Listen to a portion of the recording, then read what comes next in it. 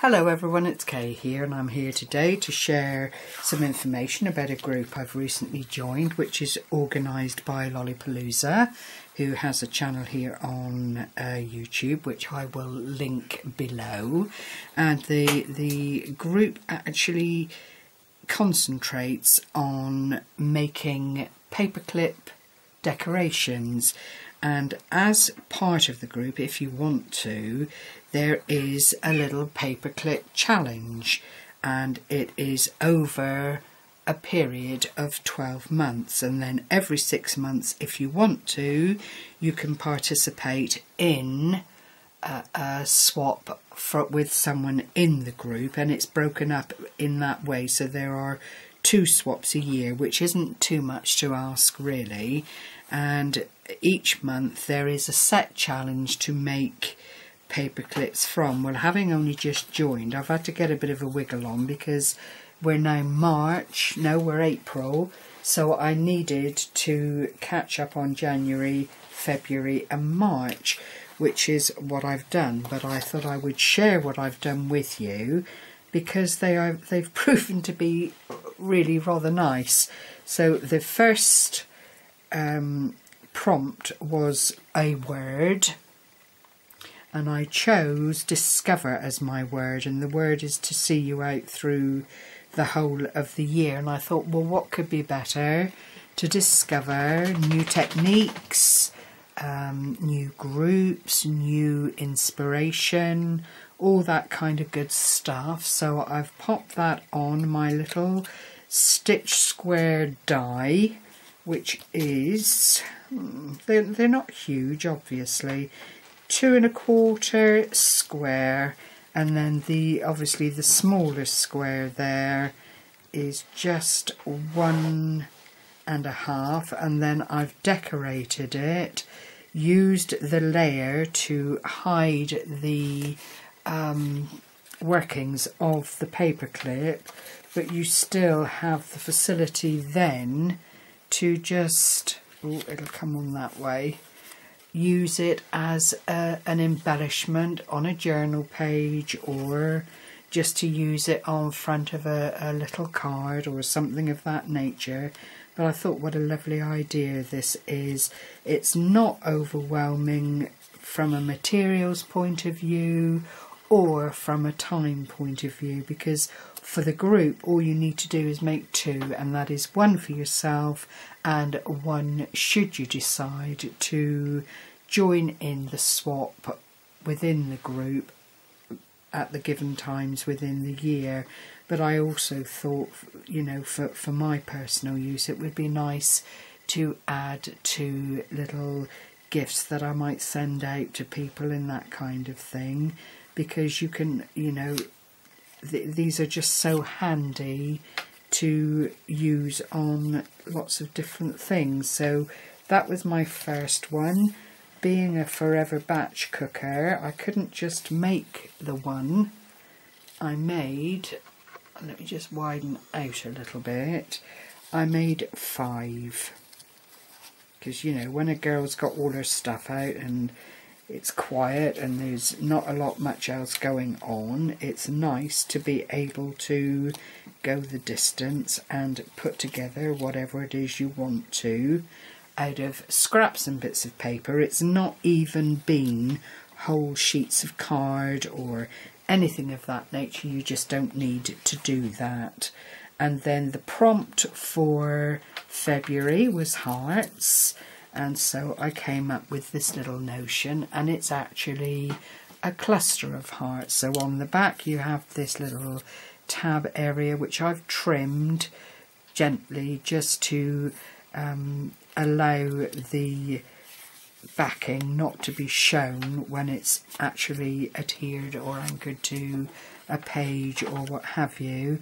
And it's just 1, 2, 3, 4, yeah, 4 hearts, this tiny bit of lovely grosgrain ribbon with the pink running through it, 1 of silver, and I just thought again, well, that's a nice little additive, embellishment, call it what you will.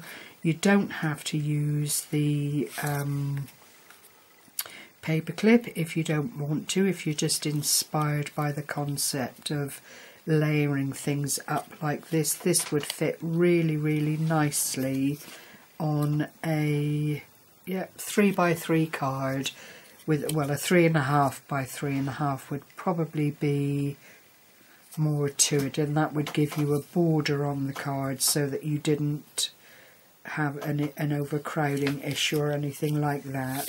But again, in true K fashion, I went on and made 5 of these, because you have to, don't you? When you've got your paper clips out and all your bits of card and things like that, it just makes sense to just make up a little cluster like that so that you've got them to hand out when you send off little Happy Mail envelopes and that kind of thing. So that was those two. And then the third prompt was lace, and that was for March. Well, I went a little bit to town with these because I do like my rosettes, I really do. And this is a top-loading paperclip, as you can see. I've just made the rosette, sandwiched the paperclip in between 2 bits of the mirror card, and they just sit on to whatever it is you want to anchor them to, like that. And it is just, as I say, the rosette. The lace aspect is the little bit of dingle dangle here, and that then is also covering the top disc that holds the top of the rosette together. I chose a little butterfly punch, put the little bits of bling down through the centre just purely for decoration.